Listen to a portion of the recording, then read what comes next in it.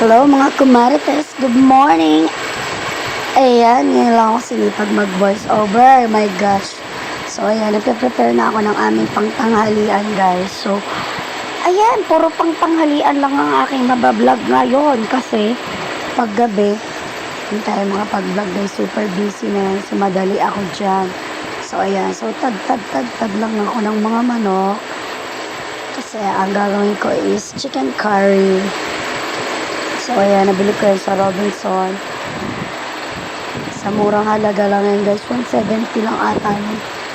So ayan, sige, tad be. Yan. Kasi daldal yan syempre. Hindi mawawala yan pag di daldal yan. So ayan, pardahugas na tayo ng manok. Kinakausap ko dyan ang anak ko eh. Yan.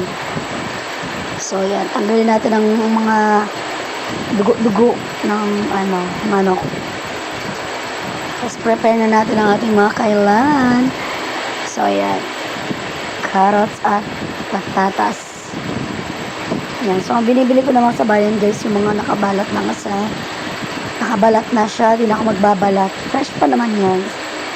Pa naman yung sira kasi mga ano lang yan, mga bago lang yan. Ayan, pinipili ko rin yung mga binibili ko dyan. So ayan, nag-aasikaso tayo ng sibuyas. Hiwa-hiwa, ayan. Napapansin nyo, para akong tanga dyan kasi napapasayaw pa be. Nagpapatugtog kasi dyan yung anak ko.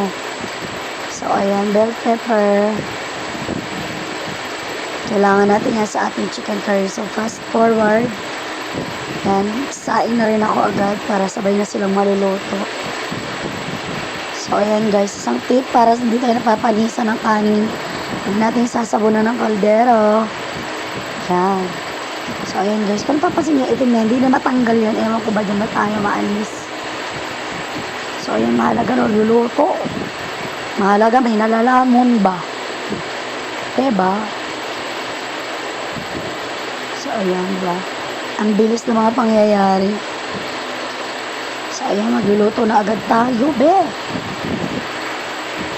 So ayan, antayin na natin ating kawali na uminit. Lagay na mantika. Ayan.